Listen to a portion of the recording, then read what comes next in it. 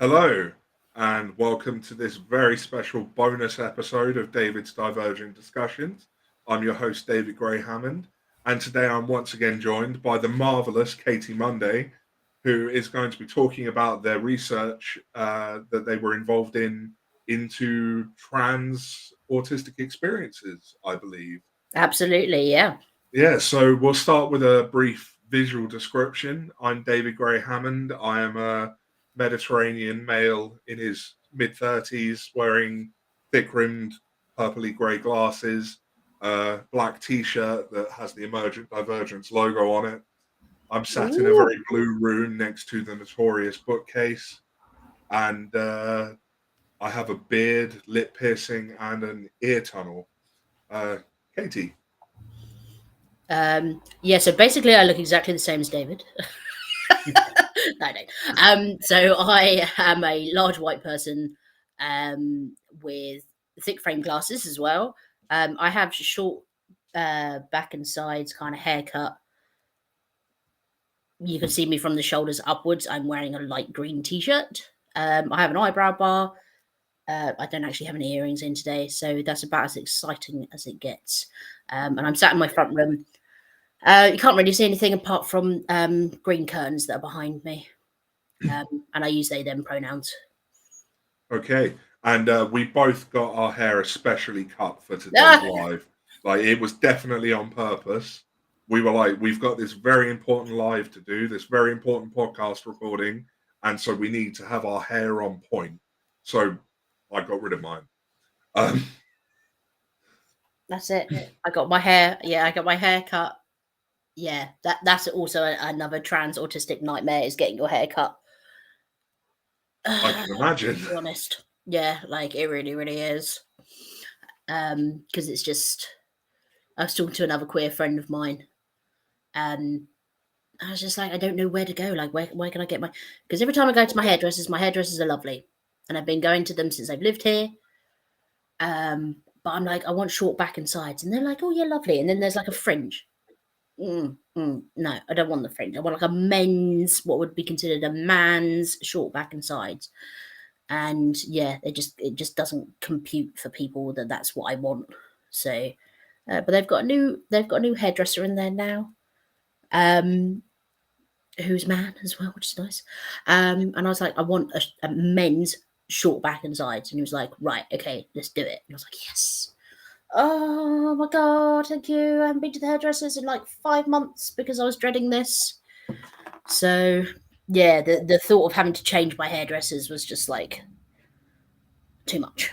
I think, just being autistic alone makes changing hairdressers a nightmare, let alone when there are other intersections on how people are going to receive your request for certain haircuts. Yes. And, I would always, so when I lived elsewhere with my mum and dad, there was a barber's there, and he used to cut my hair, and he used to cut my hair in kind of like a Renee cut, which is like, would be considered like a woman's skinhead cut. So you've still got a fringe at the front. You might have like feathery bits here and maybe a rat's tail, but the rest of it would be like grade 1. Okay. And he was fantastic. Obviously, I don't live there anymore. And then the other barbers around our way are run by Muslim families, and it's the worry about me going across a boundary about being considered a woman in a men's barbers when I am married and they are married, but we're not married together. Do you see what I mean? Yeah. Because I've got in some very sticky situations with that in India where that's really not ended well. So I also don't want to be going into places that is not culturally appropriate for me to go into. So yeah, that's so I was just sitting there thinking about all these things, and I'm just like, I just want to get my hair cut, mate. Like literally, this is quite difficult. Yeah. Whereas, there's me who I'm aware of my privilege here, because I used to have hair that was like halfway down my back. I mean, like really long hair. And I walked in one day, went, cut it all off. And they went, are you sure it's lovely hair? And I went, yes, cut it off. And that was it. It was just done. No one asked a question because I'm a cisgendered male. Like, it should be that easy for everyone. This is my hair. This is how I want it. Please do this. That is your job. Yeah, it's really not difficult. No. So yeah. But aside from haircuts, um, other interesting and good things have happened this week too.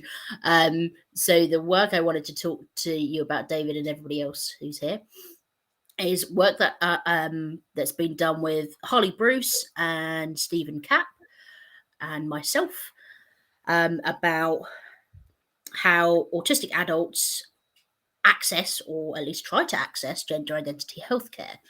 And I will probably talk about my own dissertation as well whilst we're here, because that was also on trans and non-binary autistic narratives. So the stories that people that talk about their lived experiences, what they wanted to talk to me about. So yeah, they kind of interweave with each other quite a lot. I spoke on Laura Hellfield's, I'm hoping I'm saying their name correctly, the neurodivergent nurse. I spoke about this last week, I think. Okay. But it's just been published in Autism and Adulthood. And yeah, I can't really remember if I explained how it all worked, but basically, Stephen Capp teaches at University of Portsmouth. I was doing my master's there. Harley was doing another master's there. We were both doing something on a very similar topic. I'm trans and autistic. Harley is cis and not autistic. And Stephen is autistic but not trans. So we kind of fill in the voids of each other, if you will.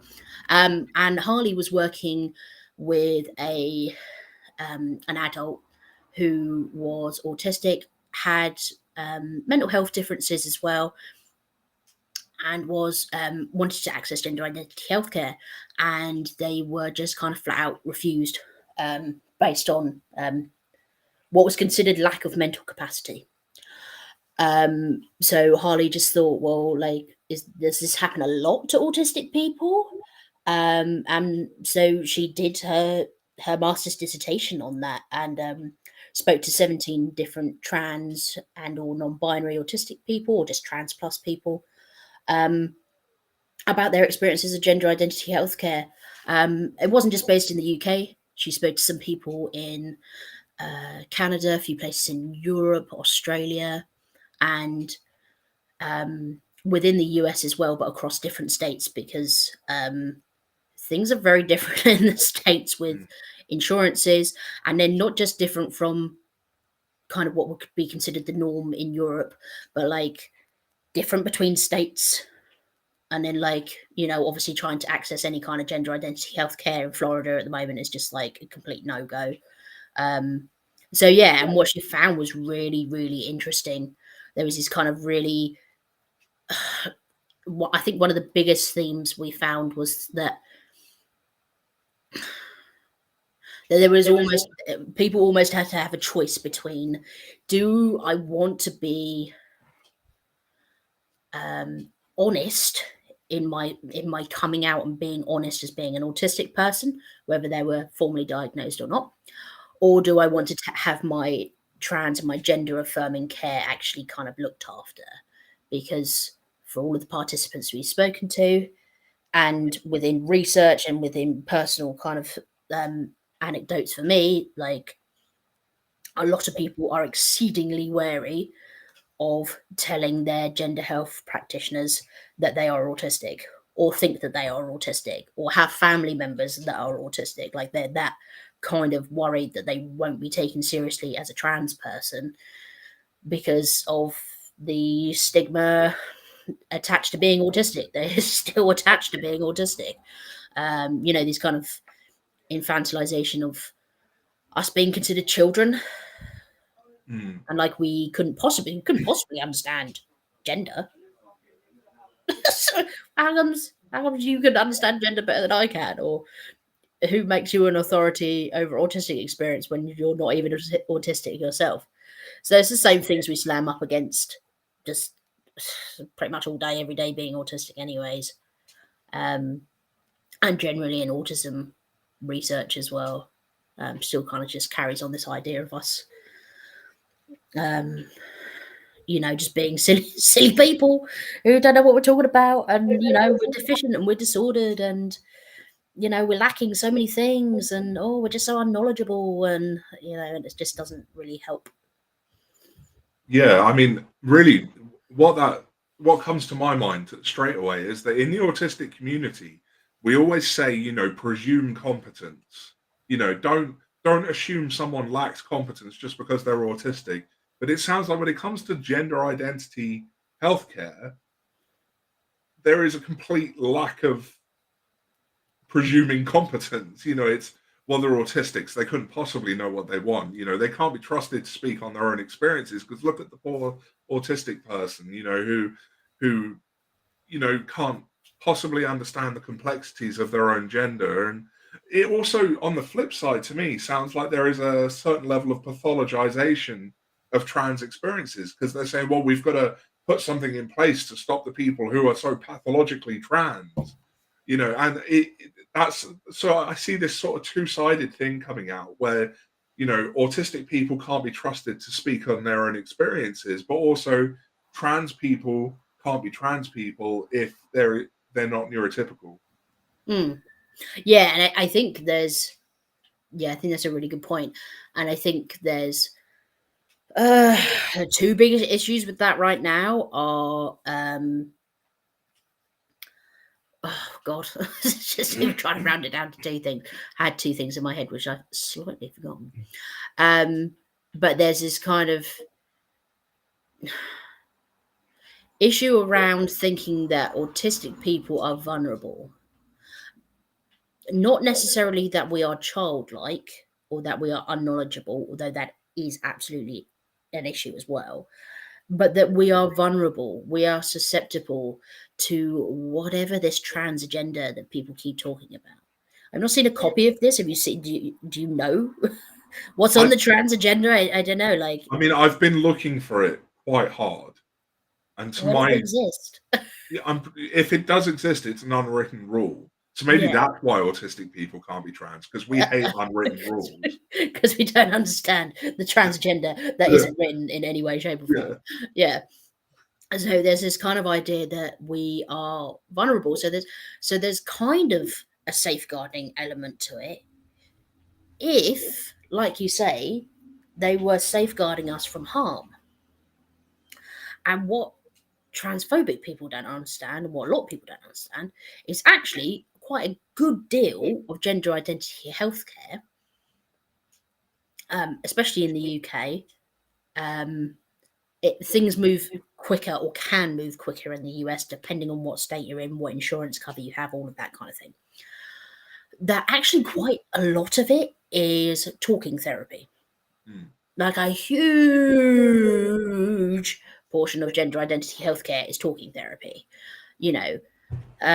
Looking at not just things that are specifically anchored to your gender or your gender expression, but also about kind of past trauma, various other things, how you're living at the moment and how you're feeling at the moment, but also post, if you were to have a medical transition, if that's what you were going in for, any kind of surgeries, hormone blockers, hormones, anything like that, what life would look like afterwards. So it's not just, I don't know where people get this idea that we just knock on the Tavistock and Portman or wherever and just say, can I have this part of my body chopped off or changed into something else, please? And it just magically happens. Yeah. It's just beyond ridiculous. It's a long road. It's not just as simple as rocking up to a GP's office and getting a referral, is it? Yeah, I mean, because first of all, your GP is not going to understand a single thing about going in. You would have to be exceedingly lucky with your GP for them to understand what gender identity healthcare is or how they refer you to it. Let alone you've got to be comfortable enough to tell your GP that. And then I think the wait lists at the moment are 4 years, 4.5 years. Wow, that's Or your first appointment. That's for your first appointment. Yeah. Do you see what I'm saying? So, like, you know, so let's say I'll take my autistic diagnosis, for example, right? There was a good 4 or 5 years before I thought, yeah, no, I need to go see someone about this because there's something going on here and I want to explore that further. So it took me 4 or 5 years before I even went to my GPs, and then the 2.5 years worth of waiting there. So I had 7.5 years of thinking I was autistic before someone rubber stamped it and said, yes, that's you. And your OCD as well. Good luck. Oh God, I wasn't expecting that bombshell. Thank you very much. So you have so in gender identity healthcare terms as well, and I'm specifically talking about the UK here because I'm more aware of the stats here. So they are probably different elsewhere, but it's not going to be quick, easy. It's just not. No, and in fact, if anyone from another country is watching and wants to weigh in the comments with experiences in other countries, please do. Only if you feel safe to, but we'd always be interested to hear. Absolutely, yes, please. Yeah. So you've got at least 7 years, let's say, of thinking, there's something that I'm questioning, the gender that you were assigned at birth. Is it me? Does it fully represent me? Do I feel this way? All of this kind of thing. Before you've even set foot in the door of a gender identity health clinic. Then when I was talking to Laura last week about this, we were talking about, if you're in Wales, you don't have a gender identity health clinic there. So you've got to drive all the way, train, however it is you get about all the way to London. And it's funny that you mentioned Wales because someone just commented saying that they waited 2 years for their gender appointment and 1 year for autism in Wales. That's interesting. Oh, it's Ian. Oh, lovely. They are a person who comments on Autistic Living Dream quite a lot, so it's nice to have them here. Welcome, Ian. Yeah. Yeah. So, and also, and that actually reminds me of a really good point as well, is that if you're unsure whether whatever journey it is you have in your gender identity healthcare, because people can just go in, talk to people, and say, you know what, actually, these questions I've had, you've answered them. I feel happy in the body and in the gender that I was assigned at birth. People absolutely do that. And some people might be a bit more like me, where you can go in and talk to people, and I know that I'm trans, but I am unlikely to go through any kind of medical process. That's just unlikely to be part of my journey. Doesn't make me any less trans, doesn't make anyone else any less trans or non-binary. And then some people, do this, do hormones. There's all sorts of different ways to access gender identity healthcare is what I'm trying to say. I think some people just think it's like a chop shop where you just go in and, pick that chassis and that'll do, and thank you very much, and off you go. It's a lot more complex than that. And with that complexity comes, I've gone on to a different point now, but with that comes a lot of bureaucracy as well. So, which is another thing that Harley found in our work, was that, okay, so you've got all these different steps. I've got to talk to this person. I've got to speak. If I've got to go and speak to my GP, they've got to be confident to know who to refer me to. Then that person, who might be, so that a few people in the States, actually through my work and through mine, Harley and Stephen's work, said very similar things in the States. You've got to talk to a certain amount of psychotherapists, and you have to have a certain amount of hours spent with psychotherapists in order for you to even get your foot in the door of gender identity healthcare. Now, the problem comes with that is that the problems are severalfold, but the first one is that you might have a psychotherapist who is really neuroaffirming. They might not be autistic themselves, but they get it and they make accommodations for you, and they understand that you might, need a choice in how you communicate, how you access things, all of this. But they don't understand anything about trans care. Or, I laugh because it's awful. Yeah, no, I'm gonna have to move you on to a different psychotherapist because, yeah, I can't support someone going in for trans care. Which, from the Harley and I together spoke to about 30 different people. That was probably experienced by about 6 or 7 different people. That's Um, quite and, and, significant. and my work wasn't on gender identity healthcare.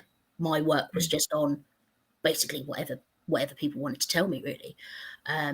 So for it to come up that often in that number is quite, I don't know if shocking. It's not surprising.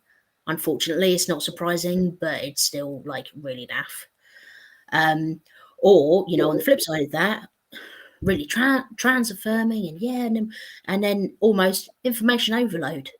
I appreciate that you know you want to get me started and you want to help me with this, but this is a lot for me to process as an autistic person. It's already like a really highly emotive time anyways, and a scary time if you're going in for any kind of surgery and stuff like that. Scary time anyways, because it's a big transition. Like there's a reason it's called transition, you know. So yeah, there was this trouble, and one person in the group work said that they, oh no, it might have been in mine actually. Anyways, one of the participants said, I was spending so much money that I didn't really have, because you spend £300 talking to this psychotherapist. Oh, okay, you're autistic. That's fine. Yeah, no, I'm not gonna. Yeah, yeah, no, I'm not gonna have anything to do with trans care whatsoever. Or you go to this person and they're transforming, but not neuroaffirming. So they went to like 5 or 6 different people before they could even begin to get their hours together, before they could even begin to get in the door of gender identity healthcare. And I'm not being funny, like autistic people and disabled people, we don't have money. Like as a general rule, No, we no, are not affluent people. no. You know, there are systems against us in pretty much every walk of life that means that we are more likely to be in the criminal justice system. We are more likely to be unhoused. We are more likely to be sex workers. We are more likely to be underemployed or unemployed. So, like, as a general rule, we don't have money to be, you know, chasing around trying to find a psychotherapist who validates our experience. How dare you? It's disgusting. But there was another point, sorry, to what Ian added earlier, is that, you know, so if there's this issue with going through gender identity healthcare, which absolutely 100% exists, doesn't matter where you live.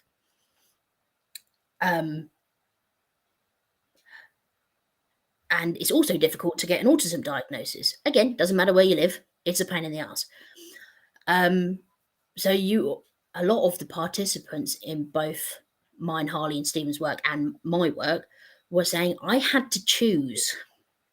I had to choose whether I was going to be formally affirmed in my autistic hood, and therefore probably not be able to get the gender care I needed, or at least have a lot more red tape based around it, or whether I was going to go through my gender journey and whatever that looked like in gender identity healthcare, and basically just completely hide the fact that I'm autistic. Like I'm just going to have to turn up to somewhere that is exceedingly busy, very noisy, you know, with all this paperwork that I don't perhaps quite understand, or I need a bit more time to process it, but I don't really know how to ask for those accommodations.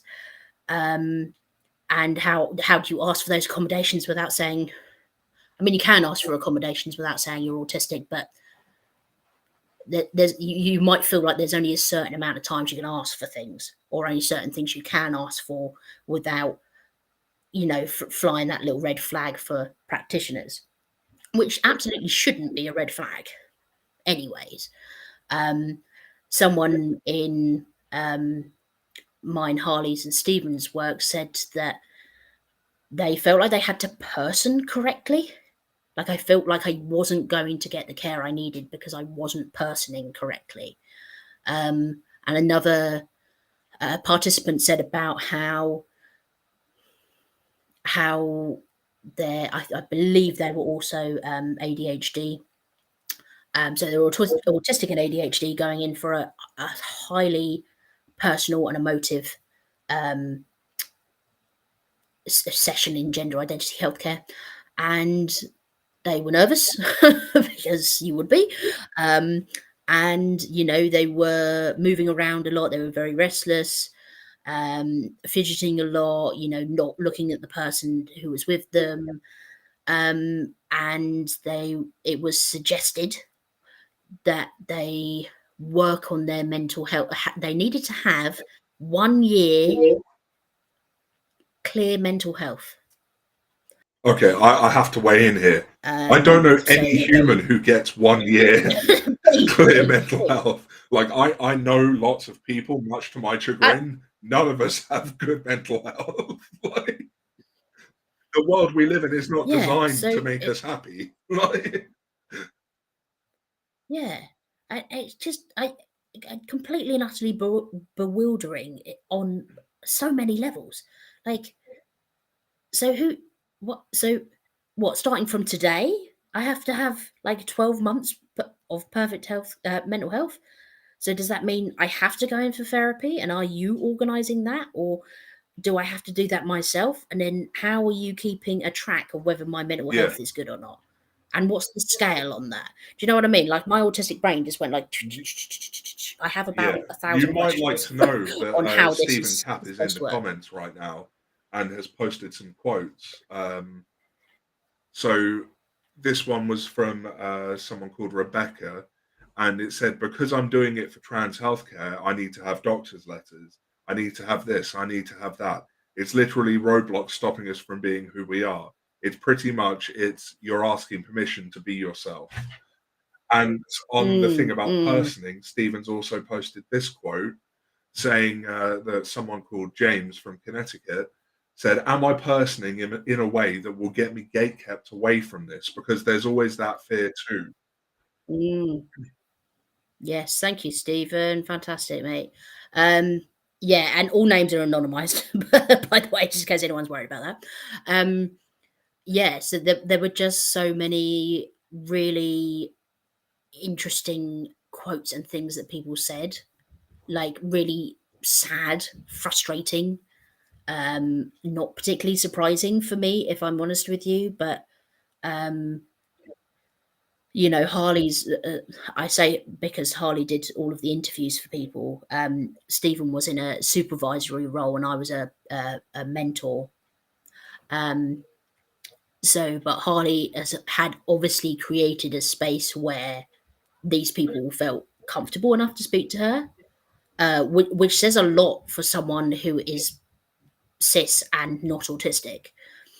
For her to be able to get such kind of amazing insight from people. And there's lots hopefully Stephen will put the link to our article. That might be exceedingly brilliant, actually. I was trying to work out how to do that earlier, but as you know, not very good with tech. And it's free, actually. It's free access until July 15th. I do have the link, but I don't know what I'm doing, So I have a burning question, actually. So there's a lot of misconceptions around how gender affirming care works. And I've got this thought in my head. Do you think, because over the past sort of 20, 30 years, there's been a popularization of elective plastic surgery. Do you think people are conflating, that it's just as simple as paying a doctor to perform surgery on you? Much in the way you see in the news, this celebrity went and got their boobs done and this celebrity got their chin done. Do you think people are conflating the two and imagining that it works the same way, that you just go to a plastic surgeon, pay them their money and they do it? Very possibly. Very possibly. And I think it's also interesting you say that because the participants from both bits of work, who were in the US, were denied certain things. Certainly, what would be considered top surgery. So that would be taking chest tissue and kind of and taking that away for someone. Because it was considered cosmetic. Oh, well done, Harley. Harley's here as well. Harley and Stephen actually Yay, that's posted the good. link at the same time. Yeah, oh, I love that. So I'm glad someone's organised, please.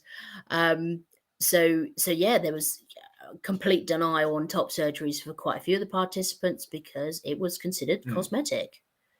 It is considered that you do not need this to be able to live a quote unquote healthy life.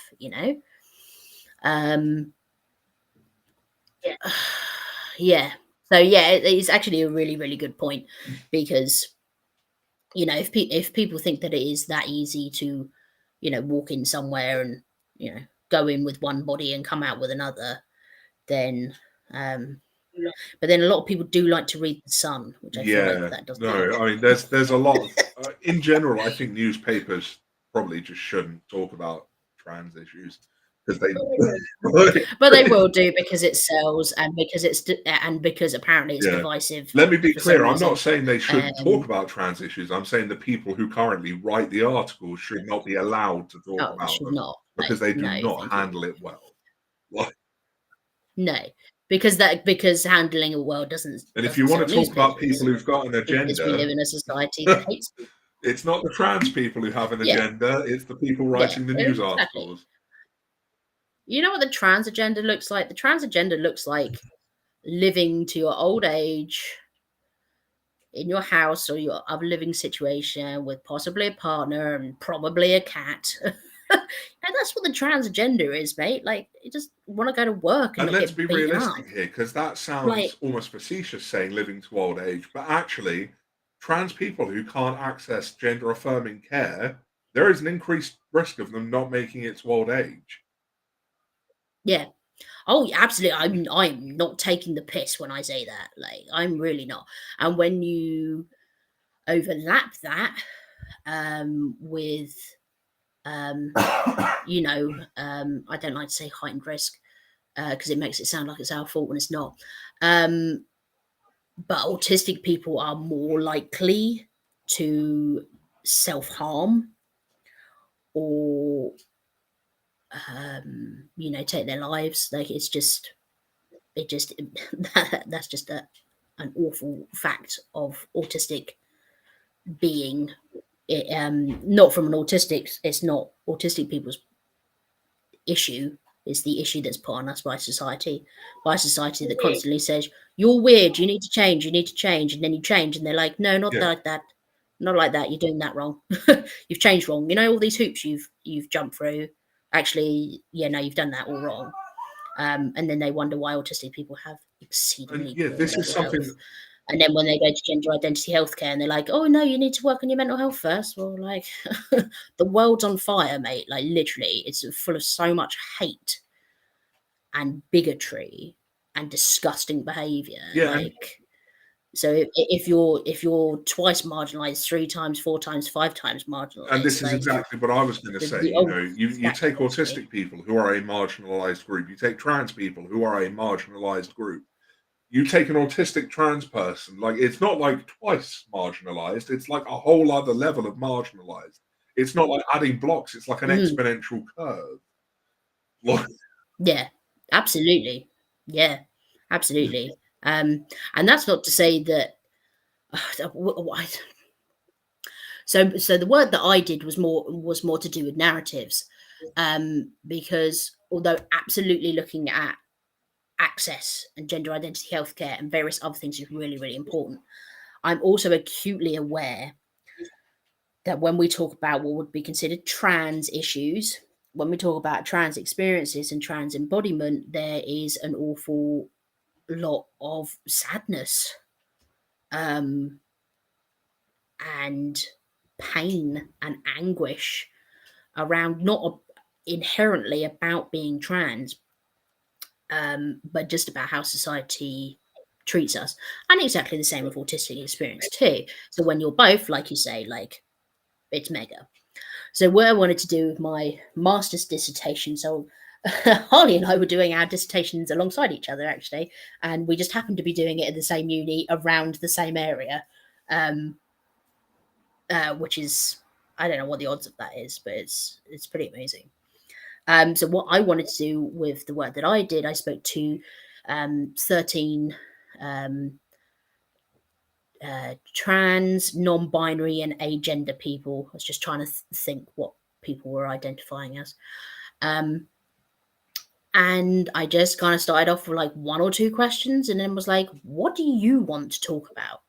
Like, I know I'm trans and autistic, but I am one trans autistic person. I can't speak for your experiences, and I certainly can't speak for some kind of monolithic, the Would you trans say you took a sort of autistic semi-structured approach? doesn't exist. Yeah, absolutely. Yeah. For like boring research people, I took a biographical narrative method of investigation. So there we are. So basically, it started off with one question. Please don't ask me what it was, David, because I can't remember. And then basically the conversation went on from there in whatever kind of direction they took us in. Which, when obviously I'm autistic and ADHD, quite a lot of the people I spoke to were autistic and ADHD. So what was supposed to be like an hour didn't necessarily stay as an hour, and we did not stay on topic. There was no topic to stay on anyways, but even if there was, my goodness, we did not stay on topic. But that's what brings richness to stories. I think I wanted to make sure that as a trans autistic person, what I wasn't doing was emulating what most cis non-autistic people in research do. Is to say this is the weird, funny little what one participant in my work said, poking the slime, you know. I want to poke this slime, the trans autistic slime. Let's have a look at that. I didn't want to feel like I was doing that in any way, shape, or form, and I definitely didn't want my participants to think that. So it was about like, let's have a space where you can tell me what you want to tell me. My goodness, did people tell me some stuff? But also, like, some of it was really good, positive, joyful. And that's what I was kind of hoping to get as well. You know, if there's this idea of autistic people being vulnerable and they're being coerced into whatever it is we're supposedly being coerced into, long waiting lists, apparently. You know, but actually, what is the real story here? Like, are we just all sad, unhappy people, you know, dragging ourselves through life? And the answer is, that's for some people, absolutely. And most of that is based in society's perception of us as autistic and us as trans, and childhood abuse as well, for goodness sake, and trauma and various other things that trans people go through and autistic people go through and trans autistic people most definitely go through. But also there's a lot of joy. You know, people were talking about chosen family, definitely came up quite a lot in my work. And especially around pets, fur babies. Linked to Katie's separate MRes research. Oh, Stephen, you're on it. I'm loving it.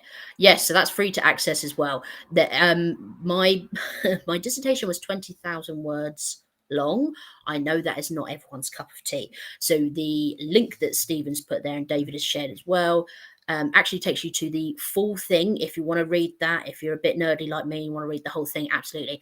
I've also got a plainer language version, so I've taken all the citations and all the wibbly wobbly bits in it that you don't necessarily want to read, explained a few more words, taken out all the long fiddly words that you don't need. I've also done a plain language for summary as well. I've also got infographics, like just deep dive into my website if that's something you're interested in, because it's all there. Which raises an interesting point, is that not only did I not want to have too much direction on the conversation, it's also about who gets to access this afterwards. So not only what questions might we ask, and what outcomes might we produce, but also like who is it for? What is it for? What is the reason for research? And who can access it, and who should have the ability to access it, which for me is everybody.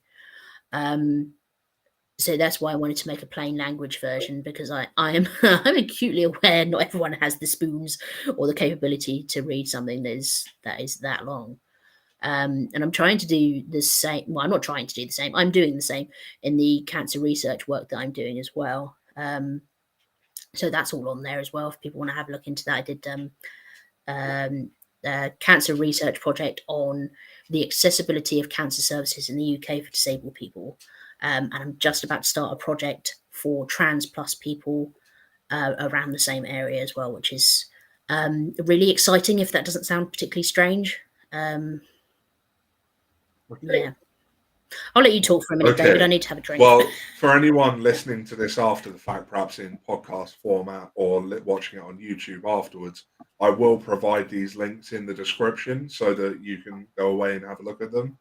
But I think it's really important that we sort of let people write their own narratives, because when you're part of a marginalized community, you're assumed to have a somewhat arhetorical existence. Like you don't get to be part of the rhetoric around your own existence.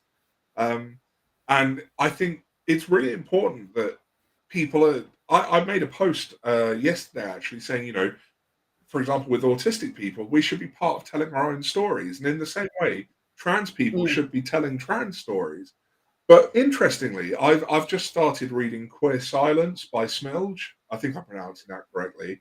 And they talk in it about the value in what isn't said by queer people. So there's a great deal of value in the activism and the words that they do use, but also there is a value in what they don't speak of. And listening to this today, it's made me think, for all the things that have come out in the research you've done, there are probably millions of more aspects, nuances to this conversation that they haven't voiced. And it makes me wonder, is this the tip of the iceberg? The issues being faced that are being spoken about? What's below the surface that isn't being publicly addressed right now? Yeah, and my work, I believe there was the same issue with mine, Harley and Stephen's work.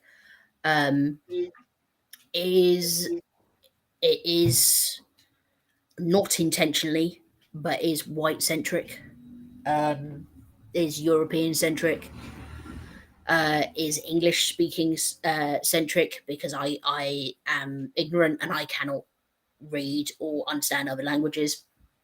So there is definitely that as well. Like, we might have a relatively okay understanding of trans autistic experiences, but it is still very white centric. And I don't know if I am the person to be able to break that cycle, or even how I would do that, if I'm honest with you. I would love to be able to help someone to do that, but I don't know how to do that, if I'm honest with you. But it's an issue. It's an age-old issue with academia and science, because everything is white centric. Science, especially the social sciences, is very white European centric. And I think there's a lot to be said for the effect of colonialism on the way that the social sciences are conducted, because historically it's often been people with a great deal of privilege who have had the opportunity to engage with academia. And certainly I'm seeing a move away from everything being written by very privileged people, but that's not to say it's not an issue. Even when we consider autism research, how much of autism research is actually conducted by autistic researchers? In the autistic community, we very much feel there's a growing trend towards sort of participatory and emancipatory models. But actually, is there a growing trend, or are we sort of biased in what we see because we engage more with autistic researchers? Because when I'm writing articles, I start searching things in, and like 99% of what I'm reading is very pathological, very not neuroaffirming, and it makes me go, "Wow, people are garbage." like, like, Yeah, for real. Yeah, yeah. And these people are yeah, knighted, It's not like who's decided this? This is like the most ridiculous thing yeah. in the entire world. It's absolutely disgusting. Um, and just really ignorant, and it's bad science. Like, even just take the bigotry out of it, which is horrendous enough as it is, it's really poor science. Like, the fundamentals of what's going on in some autism research is just shocking. And their focus is so peculiar. Like, in some trans autistic work, there's there's this real kind of focus on talking to parents and carers. Why on earth are we still talking to parents and carers of autistic people? Why are we still doing this? Why are we obsessed with what our teachers have to say, with what our I feel therapists like have to they've had their say, chance with and what our they've made it. mums, dads, our cats have got to say? Why isn't someone They've made actually it. talking The to us people and treating around us like us have made it human very beings? clear what their opinions and experiences are, but they're still Yeah. being asked to reiterate We've them. got 80 years of research on that. Thank you very much. I'm very aware that people think we're a pain in the arse. I make a career of being a pain in the ass. So Exactly. See, that's it. So yeah, so there's definitely that, and there's definitely this focus on what would be considered prevalence rates, and I hate that word, especially to do with this, because again, when you say prevalence instead of co-occurrence, or co-occurrence would probably work. There's this kind of like prevalence is almost like kind of risk factor, like if you're trans, you have the risk of also being yeah, autistic. Do you know what I mean? There's like, as if one what would be considered pathology is causing the other. Do you see what I mean? So there's just you just I don't understand why some researchers research what they do. I just don't like, even from a even if I were to take emotion out of it, I don't understand the logic behind some things. Okay, so if there's an overlap of trans plus experiences and autistic embodiment, absolutely, that's a really good thing for us to know about, because that changes how we do practice in gender identity healthcare. It changes practice in mental health care. It changes practice in a lot of things. But if your research isn't suggesting how to make changes within those practices, why on yeah, earth are you doing research? Like, it's like saying, "Oh, I'm just going to write 6,000 words on this thing's weird, that's thing's weird, and my conclusion is, yeah, it's all weird." How is that helping anyone? That's completely yeah. and utterly bonkers. Like, it's I don't understand it. I And don't also, understand. Like, Stephen is oh, still on it. David. Here is the link to the plain language summary. It's cut it off on the screen because it doesn't like the length of the comment, but go looking for that. Stephen has just noticed that they were threading wrong, and most of their posts are in reply to Harley. But if you're looking for the link to the plain language summary, it's there. But It's in no, there somewhere. certainly, Thank you. I like really appreciate I that. see a lot of I see a lot of research on various social issues that says an awful lot without actually saying anything useful. And you sat there like, did someone genuinely fund this study? Like what were they hoping was going to come out of it? Like, in my own fields of interest, like autistic people and substance use, I see lots of research going, yeah, autistic people are more likely to self-medicate. Cool. So what do we need to change? Well, we don't know. We just thought you'd like to know. Like, you know, turns out that David bloke's Yeah, been talking about the right thing for years. Ask him. yeah.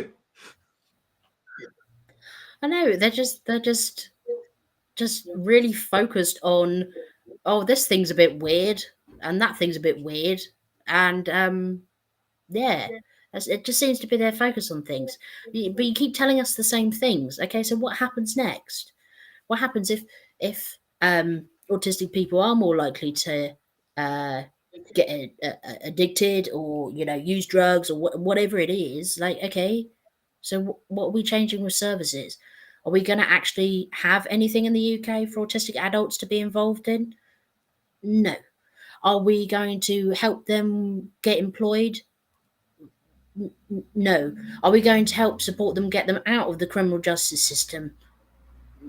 No. Are we going to help them get diagnosed earlier so they can get the mental health they probably will need earlier?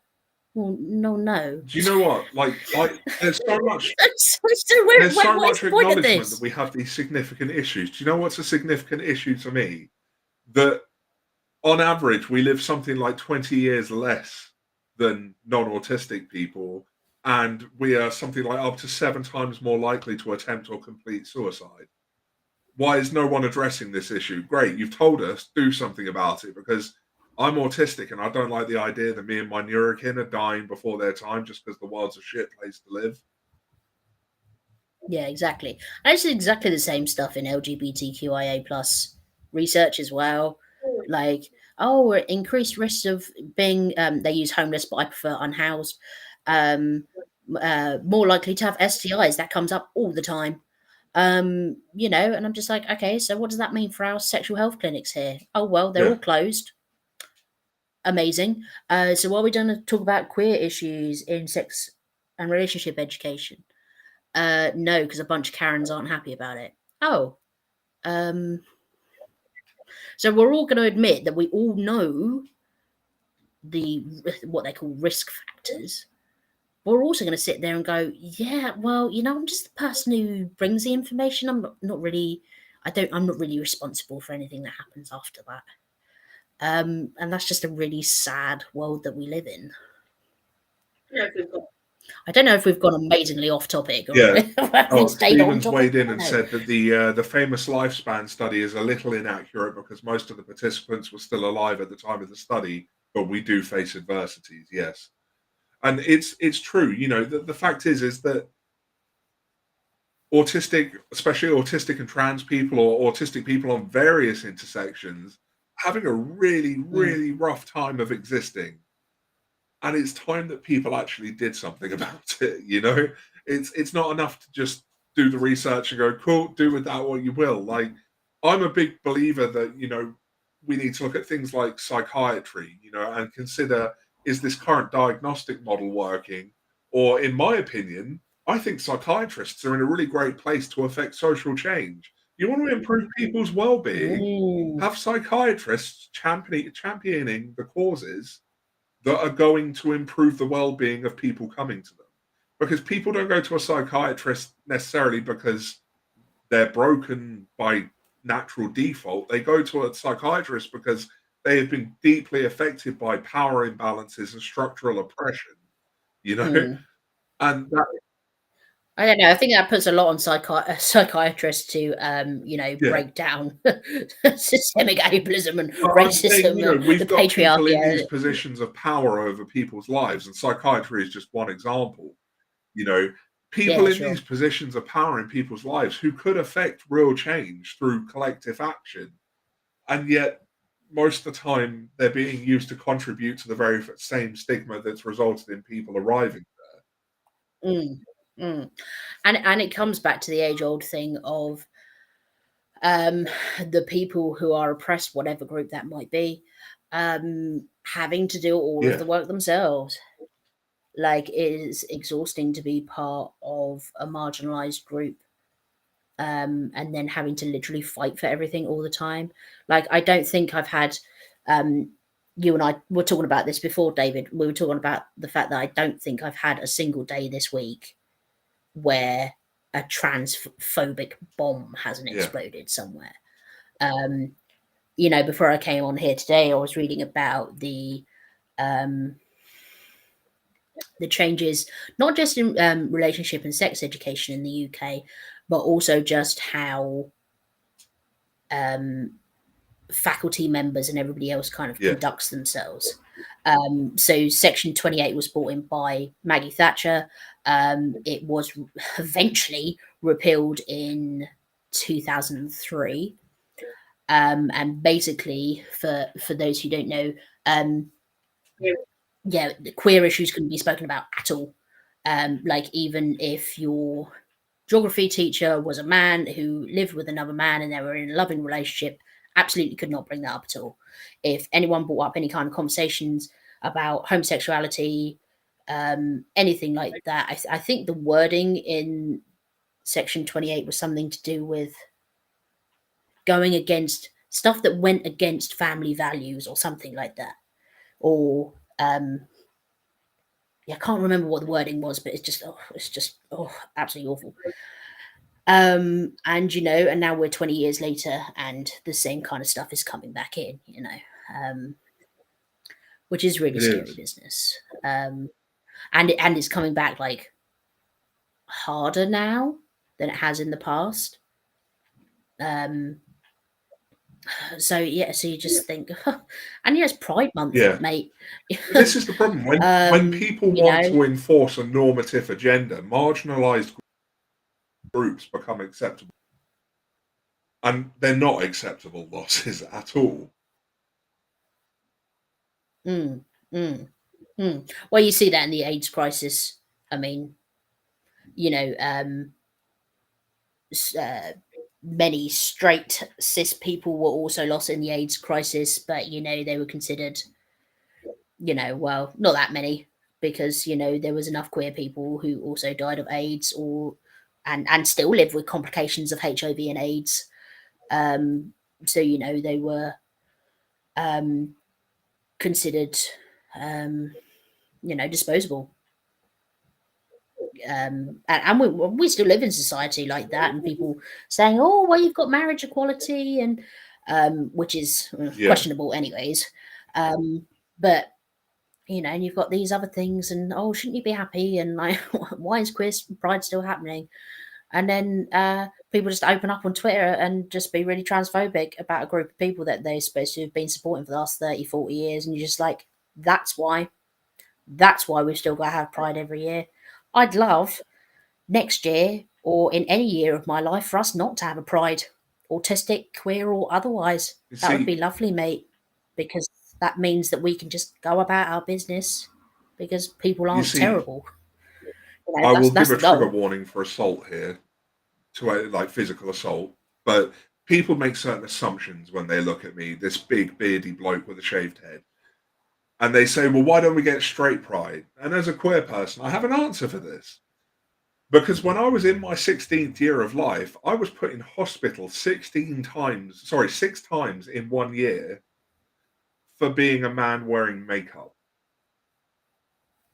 Like, that's why we have queer pride, because if I can't queerly express myself without fear of violence, then I need to protest against that. And that's what pride is. It's a protest. Like, we're not there going, look how Mm. great we are. We're going, look, we're there going, we are human. Treat us as such. Yeah, well, who was it I was speaking to? It might have actually been Stephen. Actually, it might have been Monique and Stephen. Actually, um, and I was talking about the fact that um, it wasn't those two people at all. The heat is completely and utterly. I've just lost it. It was somebody else entirely, but that doesn't matter. I was talking about the celebrations and the holidays that we have as trans people. So we have Trans Day of Visibility, we have Trans Awareness, and then we have Trans Day of Mourning. So basically, out of the 3 holidays that we have a year, we have Notice We Exist, Notice We Exist, Please Don't Kill Yeah. Us for Existing. Don't really know what to do with No, that, if I'm honest with you. Like, that's just a really sad indictment of exactly. this It world, is. really. But I feel like we should probably try and wrap up with something slightly less everything is garbage. Are there any positives that came out of your research? I don't. To be fair, it is a lot easier to uh talk about the bad stuff, and I will say that in research as well. Like, there's potentially a bit of bias there because if people if people think that they have a safe space to talk, and they absolutely did with me and my work and Harley and our collective work, then 9 times out of 10 you're going to have people come and tell you the bad stuff, the frustrating stuff, the stuff that they feel like they can't tell other people. But that kind of skips over kind of gender euphoria and autistic joy and trans joy as well. And there is a lot of that to be had. I'm trying to think of any participants who said anything. They did. They really did, David. They told me nice things. Well, I I think promise. one of the nicest things we can take away from this is that these trans autistic people had a safe space where they could tell their truth. And that's what we need more of. Absolutely. Yeah. And they are becoming bigger. You know, I am by no means the first trans autistic person to do research with trans autistic people. Maxfield Sparrow edited a book called Spectrums, which is really, really, really good read. I think was everyone trans in there, trans and non-binary. Obviously, yeah. So there. It's got to the time of the evening, David, where I don't have a brain anymore. But the work out there exists, which is really, really good. So what I wanted to do with my work, and what Harley didn't know that she wanted to do with her work, but she kind of has inadvertently, is to make work that actually is based around our experiences, by us, for us, you know, nothing about us without us. The old Charlton phrasing from kind of disability activism. And it's getting there. I think it's very, very slowly getting there. And I think it is with autism research as well. I would not necessarily say the same for trans research. It's tough. But it is getting there. And you know, even just I wouldn't have to say safe spaces online, because I don't think any spaces online are 100% safe, because I don't think they can be.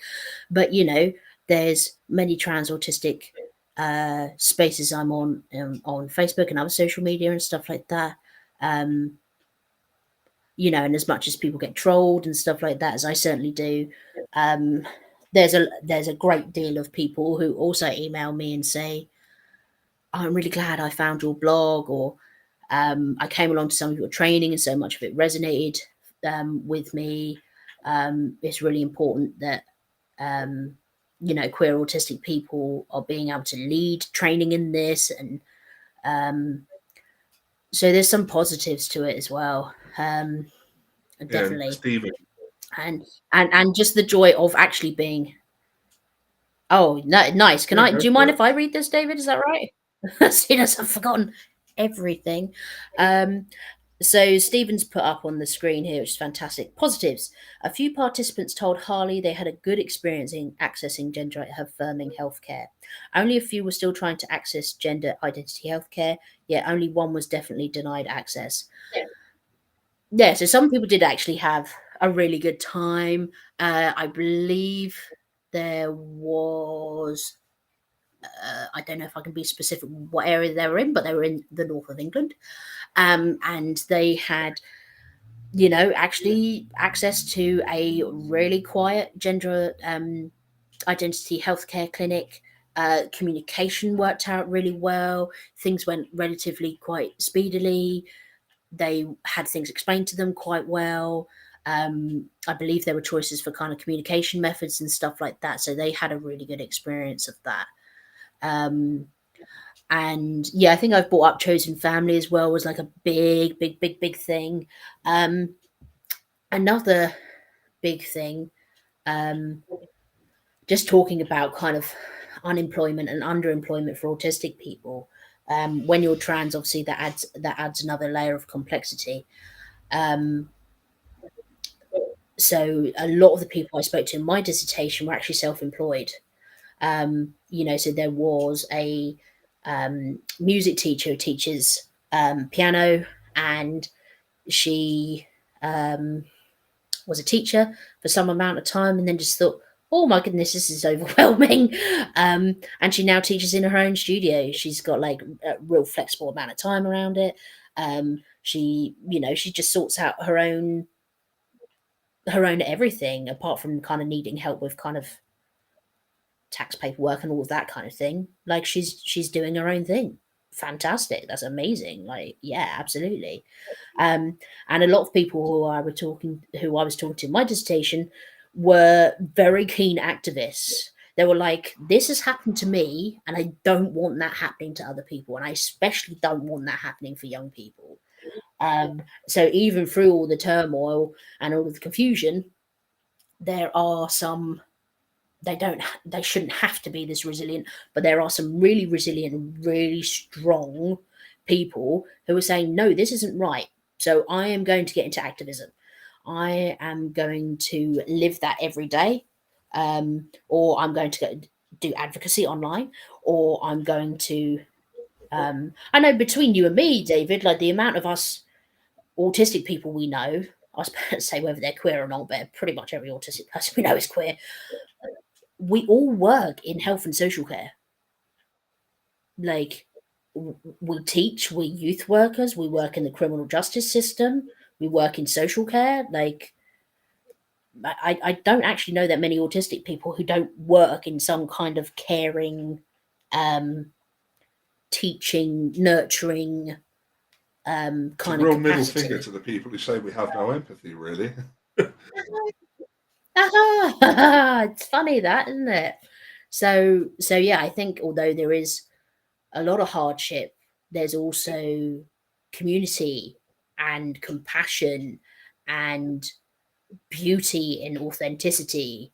Um, and I think every time someone says, "Yeah, I'm trans," or gender diverse, or "Yes, I'm autistic," or "I'm ADHD," or "I have cerebral palsy," or whatever it might be, I think that just opens things up for everyone. It makes the world better for everybody, not just disabled people and not just queer people. Because diversity is Yeah. beautiful, right? If we were all the same, like how boring would that be? If we were all like me, we'd eat chicken nuggets for tea, and and that would be it. Well, I There'd just be keep no thinking food about the being fact that made people whatsoever. struggle to manage one of me, let alone if there were 7 billion of me. Yeah, I like you, but not that much, Could you mate. imagine 7 billion of me doing a live stream every week? Like, Oh my god, you would have written like 8 million books by I now. mean, let's not rule that out. You know what I'm like for writing. That's what I That's mean. just one of me. Yeah. So yeah, so there is joy to be had, and there is love, and there is community, and there is compassion. So it exists. Um, I think just the people who are experiencing that to such a lovely level that they don't necessarily want to talk to people like me and research. I'm hoping that's what's going on, Yeah. anyways. Wouldn't And that be a nice thing? Sonia has just commented to sort of weigh in on this that they say, I agree. A lot of ND people I have met tend to work in care, health, or education. Some of the most compassionate people I have ever met. So, Yes, and absolutely. I certainly think, the circles I run in, people really just care about helping other people. And I think that's why we need more researchers such as yourself, because, you know, you're making change one paper at a time. So, but I'm aware we've been going for over an hour now, so it's probably time to wrap up. But it's been really I think I spent 20 minutes of that trying to think of something positive well. to say. Sometimes you don't have to say something positive, I guess, but I'm still working on my normative standards. I subvert a lot of expectations. My need to be positive a lot. Need to work on that. But Yeah, I have that on the end of posts. I'm like, I feel like I should have some kind of positive encapsulating things, but it's actually just sometimes things are just crap, yeah, I've got something and you just positive. leave My it at that. son's third tooth started coming through today. So yeah, yeah. Ooh. You watch out. He's going to be Good. biting people before we know it. Yeah, Eating I grass lie. and He's biting already biting people. people. Um, But yeah, Katie, it's been really great having you on talking about this research. And thank you to Tanya Adkin, who has been monitoring the comments. Sad that we have to do that, but it's appreciated nonetheless. And on Thursday this week at 7:30 p.m. British Summer Time, Katie and Tanya will both be on here, and we will be talking about neurodivergent parenting. So that will be fun. Oh, look, there you go. Tanya's just commented, "Hey, all." There you go. So, yeah, on this coming There they are. Thursday, so later on this week, come back 7:30 p.m. British time, and we'll be talking neurodivergent parenting. In the meantime, thank you for That's listening it. to this episode. It's been really good. Thank you so much, Katie, for coming on and talking about your research. It's really cool, and I actually need to read the research Yeah, paper because I keep definitely. going, I'm going to read that, and then I get distracted. So, Unbelievable. but thank you to everyone who's weighed in the comments, especially Stephen and Harley, and we'll catch you all in the next episode. So, thank you very much. Goodbye, everyone.